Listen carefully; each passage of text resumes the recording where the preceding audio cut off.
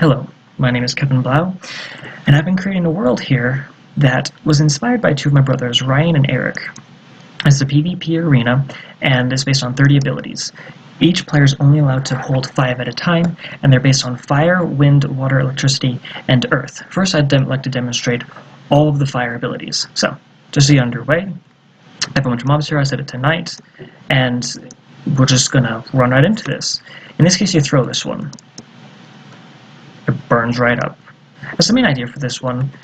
If you aim it just right, you can hit most of the ground. As you see, I aimed it just a little too high. It started to come off the ground. But then, of course, if there's anything flying, you can throw this in any direction you want. But, of course, it's not the fastest.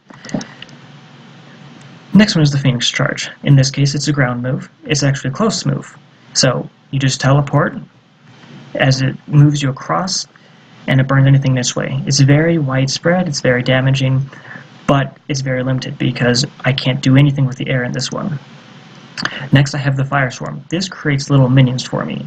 So as I start to build this up, you'll see my points start to decrease. Those points are energy. Everything I have requires energy. So if you look here, it just starts to decrease. And that's my little minion there. I create blazes for fire. As his name is Little Incinerate, and he's on my team. That's why he won't even touch me, though I'm also in creative mode. So to prove this, I'm going to go into survival, and he's not going to touch me. These will. So they're all going to hate me. Now, of course, blazes are passive towards any other mob that isn't a player.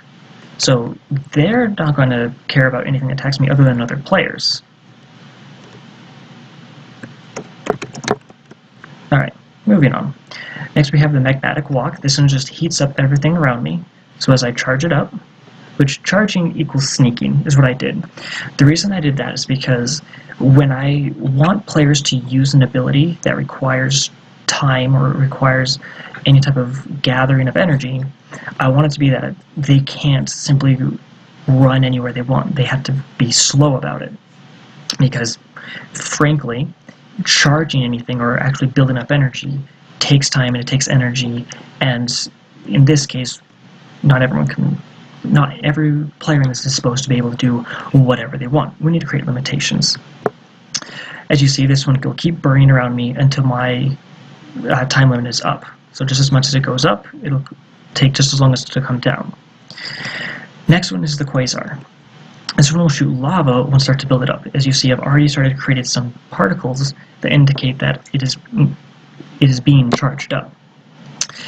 It'll be hard to tell how much you have in this case, because in my last ability, the Magmatic Walk, you just see flames. But you don't have to worry about that. As long as there are flames, it's going to affect people.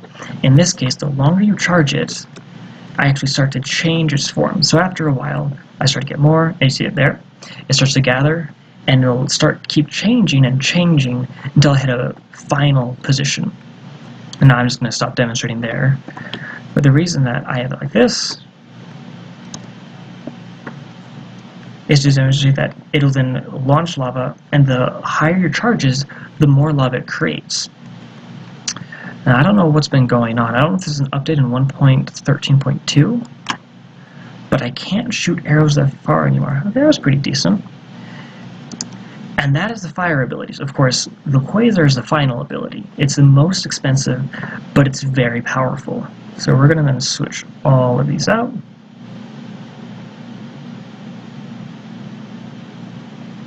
And now we're going to move on to Earth. Earth, I'm going to begin with the Spire. And it's a little out of order, so I'm going to switch things around. Spire. Now, to give credit to people, and I'm actually going to grab this again because I want the particle effects to leave, just for demonstrating purposes. Come on, there we go. There you. There you. I'm just going to shoot it. There we go. Yeah, it's gone. Of course, you see the last one, it's a little blip, because it was the last of the energy I had built up. Now, to give credit to some people, I could not find the user that I got these codes from. So I actually used the codes from someone else off of YouTube to create my quick shot. But I can't find his name. For some reason, I haven't been able to find him again. But I have been able to find this one. Of course, he's a bit more he's more popular, to be honest. Ant Venom. Ant Venom gave me the idea that whenever you can use a potion, you can actually summon fire beneath it if you can track it. So, we are going to go and grab the potion. Lingering, sure, I don't care. It should work. No, it just made splash potions. Nope, there we go. Any splash potion that I summon will actually create fire underneath it. That way I can track them. So when I want a certain potion to make some certain effect, I can just find fire underneath it and then name it, etc. Now the Spire, it's a close range move.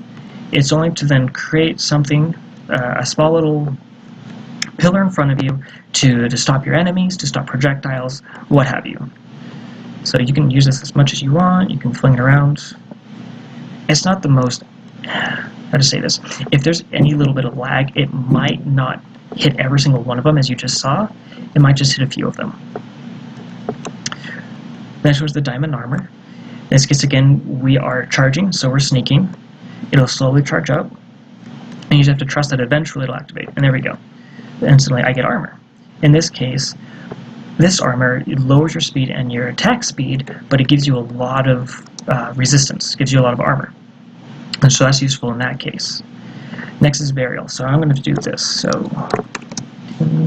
join player 2. So I'm already on player 1, and some of these abilities are only player-based. For example, we've already talked about the blazes that I summoned. Incinerate is their name, and they are player-based. They were on Team 1, they were on my team, so if there was anyone on Team 2, that was a player actually in this case, they would have been tacked. Now, I'm going to put all of these on Team 2, I'm going to put all the entities. Not player.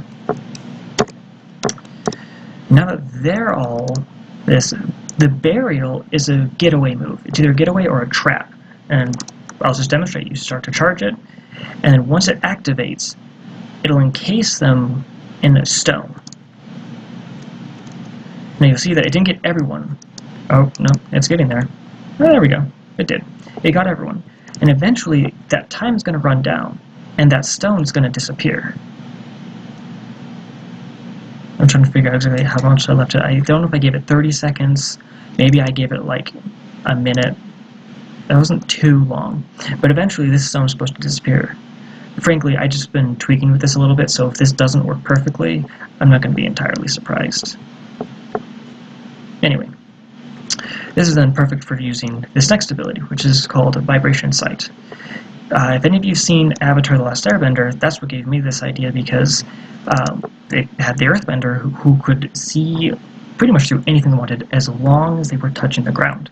So in this case, if you sneak, I get to see everything, every mob, everything around me. So this is going to be helpful in navigating anyway. If someone used Burial on you and you wanted to find them, you just need to use the Vibration Sight to know exactly where they went. I'm going to take off this armor because it's slowing me down. Alright, next is Tremor. This one isn't entirely done, and it's going to take a bit of charging. Yep, this ability stopped working. The Burial, they did not go away, but as this starts to charge and starts to increase, isn't this going to take a while, because this is its final ability. As you notice, the Quasar took a while to charge just to get some decent shots. There we go. Now this one, it starts to just create all of this around me, so this is used for getting away, it's good for projectile protection. It's like using Spire like a couple, I don't know, 100 times.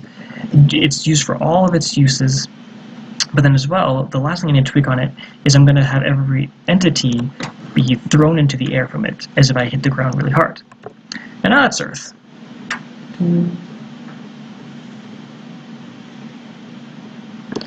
Next, we move on to Water.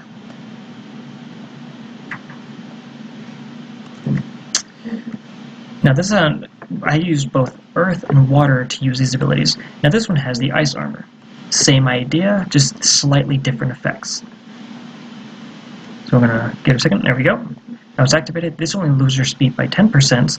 It doesn't decrease your attack speed at all, but it only gives you 8 armor. So a little bit more flexible, a little bit less defensive, So this really depends on the skill set you're trying to create, because since you only have 5 abilities, you have to choose exactly which ones you want to use that work with each other. And we're going to get rid of that because we're done.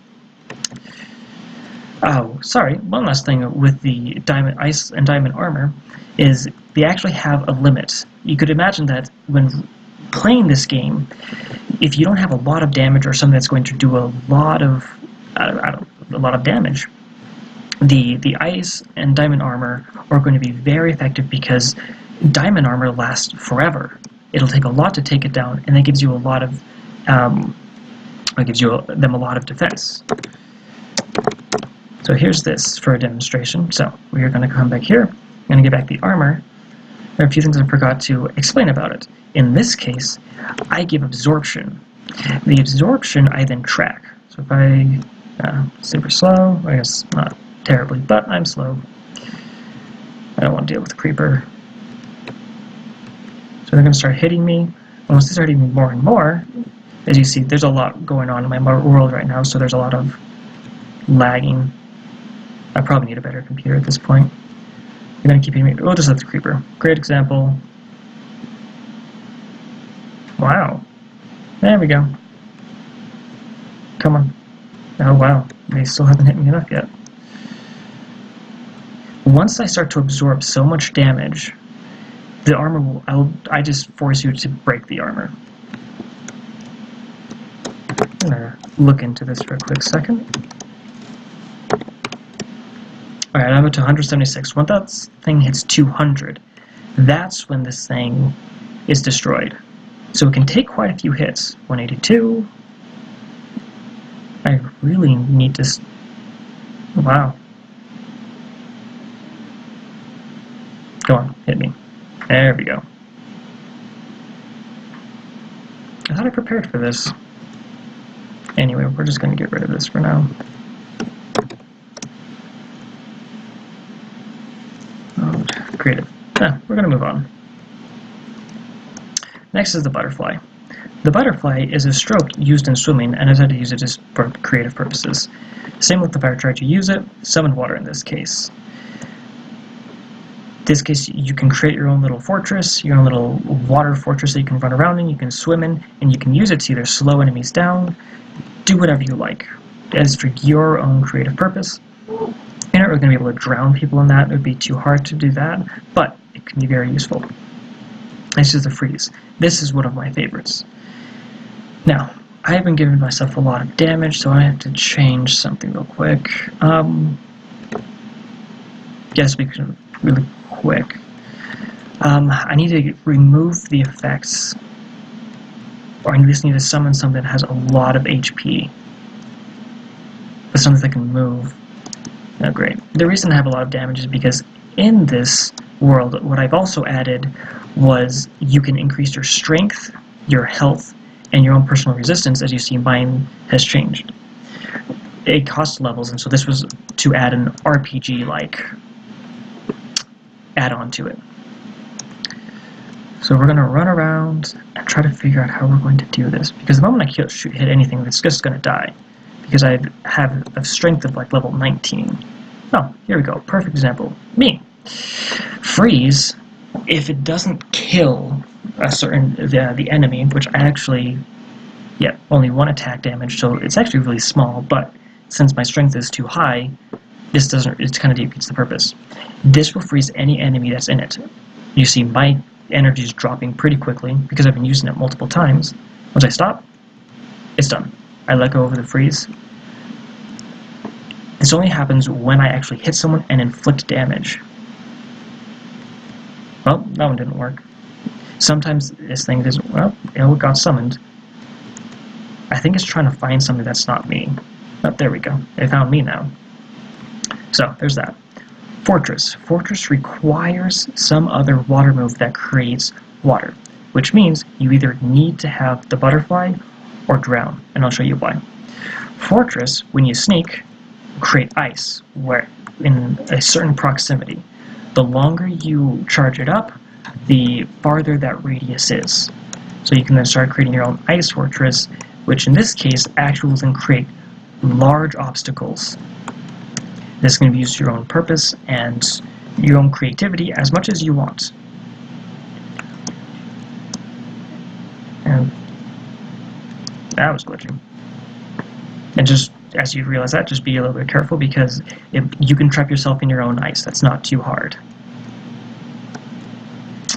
Next is Drown. Drown is a player-based move, a team-based move. My apologies. In this case, we're gonna come back because we have new mobs and they've been running around. Yeah, new mobs. I'm now going to try to drown anyone around me. As long as I'm using it, I start to drown the mobs around me. At least anything that is of the opposite team. They're going to be trying to floating and using it. My energy drops quickly, but this is a case where water will always be around them, no matter how hard they try. I'm going to stop for that purpose. Now, drowning is a great way to create a lot of water. And it keeps going. And in this case, you can then use Fortress in any way you like. Oh, do it again. And this way, you can create your own. See, now I just froze them in it, and now they're trapped. Which is a great, useful technique. Alright, moving on to the next. Around.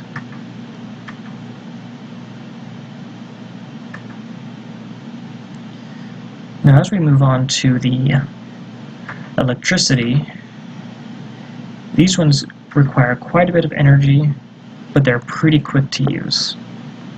Except the last, of course. The last will always be the most time-consuming. First, we have gravity.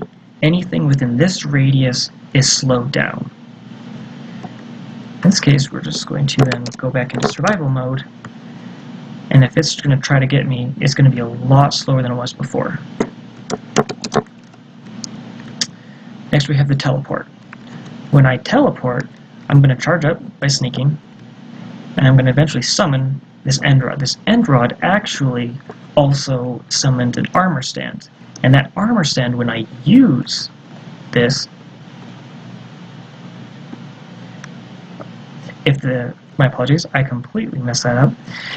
The way I have this worked is if any end rod is more than 10 blocks away from you, you teleport to it.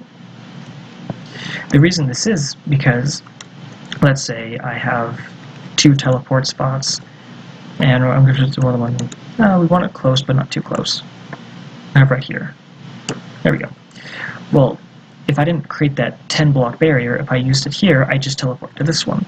So now when I use it, I'll just teleport to the other one. And for some reason, my mouse is being moved. There we go. My mouse is not working. There we go. Come on. So you're going to have to move around and jump a little bit as you move around, because when you teleport right into the end rod, it's going to be a little hard. I probably could just teleport you right up. The other problem is this happens as long as this potion is in the air. So when that hits, it's going to be a little bit easier to move around. Next one is what's called depth. It's another word for speed. As long as I'm sprinting with them, I start to get faster and faster. Let's see what happens here. No, that failed. But as long as you're sprinting, your speed will increase, and it maxes out, I think, at about 1,000%. So your maximum is 10 times faster than it needs to be. Next is the energy cannon. Again, we're going to charge, and as I'm using energy, you get these little orbs around you. You have a maximum of 9 orbs, is what I gave you. So I have 4, 5, 6. They're pretty quick. 7, 8, and 9. So you might be wondering all the reasons why I use all these particle effects. Well, it's nice enough to know in and of yourself that you actually have ammo to use. For example, if you have the Quasar, you can use a lot. Or For this, you have the energy cannon, you have a lot of shots to use. But this is also for your enemies.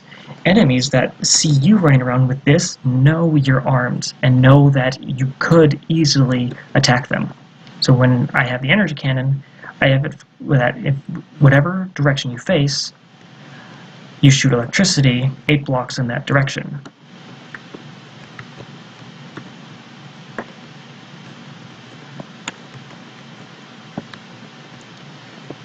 So how many are we down to? 4 left? 3 left? We have 3 left. 2, 1, 0. It should. Oh, no, I miscounted. That's 0. They're all gone. The next one is White Lightning. This is actually inspiration from the anime Naruto, and this is an ability that I mainly got the name from it. It's electricity based, and it's very, very widespread. But as long as I charge it, once I get up to 100, I electrify everything around me. I probably should change this one because this one is very quick, but it requires a lot of energy.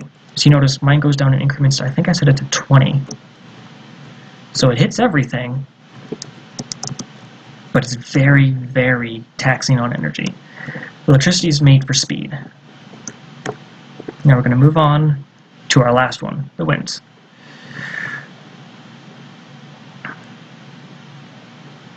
Uh-oh, I think I misplaced one of these. So I'm supposed to have 5 of every one of them. Oh, awkward. I'm a dork. I am supposed to have 5, and the last one I slightly misplaced, so I am going to then pause for a quick moment. I'm going to open up my Chrome. So you're going to see most of where my inspiration comes from. I use the MC Stacker to quickly create code that I need to do. I could create all of this, but it's just time consuming. The flying ability, I use an Elytra that's simply named Fly. That's it. It's that simple. There we go. So Fly, the Elytra, I'm a dork. There we go. Okay, Elytra, Fly, as I should say, it's a nice ability, and I'm running around again, so we're going to take those off my feet. Because it immediately comes with my rockets. Now, flying itself does not cost any energy at all. I slowly glide. The other thing I've done is, as long as you're holding this rocket, I teleport you an extra space in the air. This gives you room to jump up and fly. So, as we try to do this, let's see if we can do it. Here we go. Crap, what did I do wrong? There we go. Something's being a little glitchy, but every time I use this, it's supposed to take away a little bit of energy as I fly. So this is very mobile because you can fly around, and then I could just bring terror because I feel like it.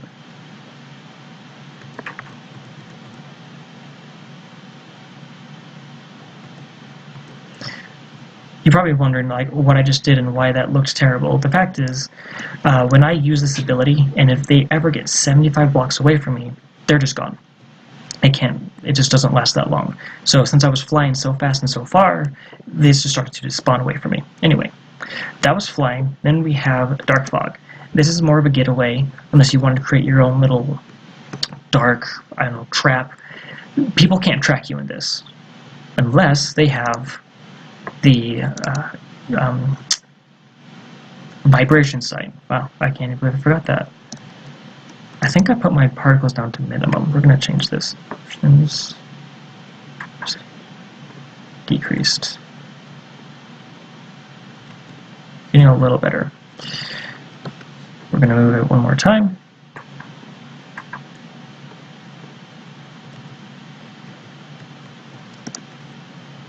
Not really. So you might have to use a few of these. Oh, I remember what I did. I recently fixed this glitch. What first happened is when I threw the potion, it summoned 3 at the same time. Which, of course, if you could imagine 3 times as many particles, that's plenty dark. But in this case, this is only a third. So you might have to throw down a few more. That's a glitch I'm going to have to fix up just in a little bit. Next we have the Wind Demon. If you could imagine, this is similar to Fire's, the Fire Swarm. So as I charge, I'm going to lose energy, and I'm going to summon Vexes. Vexes are these ones that are on my team. The slight bonuses is they're weaker, they're a little more agile, which you wonder why how's that a bonus. The bonus is the fact that these will attack. Well, I guess the main other attack is villagers. So if you really wanted to attack villagers, this is a great idea. But they're agile, they can move quicker, and they can go through objects. So if you're really wanting to hit someone, hit your enemy, you just summon a bunch of X's, and they'll do your bidding. Again, they only can be about 70, I think it's 50 blocks away from you before they will force to come back to your side. Second to, oh, that's the last one. We can't do that one. Second to last one, the Wind Blade. The Wind Blade is really basic. This actually should have been the first wind ability I should have demonstrated. Whenever you use this and you throw it, eventually it'll summon this little Wind Blade that will actually poison anything that it comes in contact with. So, if you're ever wondering if you could ever use this outside the arena, you actually could if you bring creative mode or if I change the map. This will never affect skeletons or zombies because poison heals them and skeletons just don't get poisoned. The last one is the Asphyxiate. It pretty much needs to vacuum air from all around them. So we're going to go back to the team. Actually,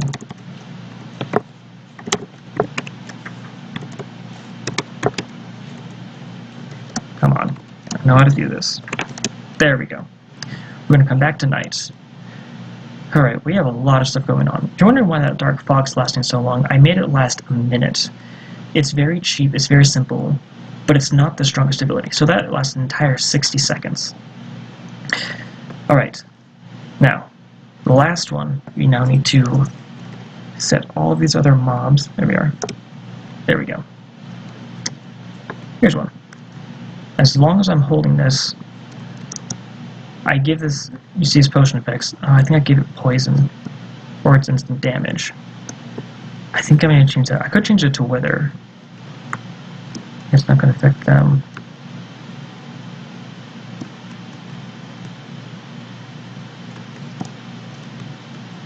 And I think these are new mobs.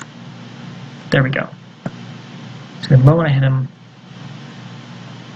yes, this is giving instant damage. So it's not going to affect zombies, it's not going to affect any type of skeleton. Not that I've been able to see. Let's make sure. Yep, can hit the creeper. We can hit all of these different things. And it's very costing, because it goes on in increments of 10. This is what I created. And you see, this is now made a massive mess. It's a huge obstacle course. Imagine two people actually creating this in some big fight because they could, because they used their abilities. Now, the last thing I need to demonstrate is this is supposed to be on a time limit. So I have a timer set up where I need to set everything's time count. This activates the timer. I need to reorganize this just a little bit because it's a little unclear. And since there are 20 ticks in a second, if working at optimal speed, if one actually, once it hits to 60, that's 5 minutes. This is going to be a 5-minute battle. So I'm going to change it to 59.90 as this then starts to go around. All of this will start to slowly disappear as I have it set up that way, unless I mix up a few things. But that's this world. The last thing I need to ask of you, what do you want to see? What I want to know is, I created all of this. I want you to give suggestions of what else I could make. I'm probably going to do it in a different world, so I'm not taxing this world too much. But what are your ideas? Oh, there we go. It's starting to go down. Thank you. You all have a wonderful day, and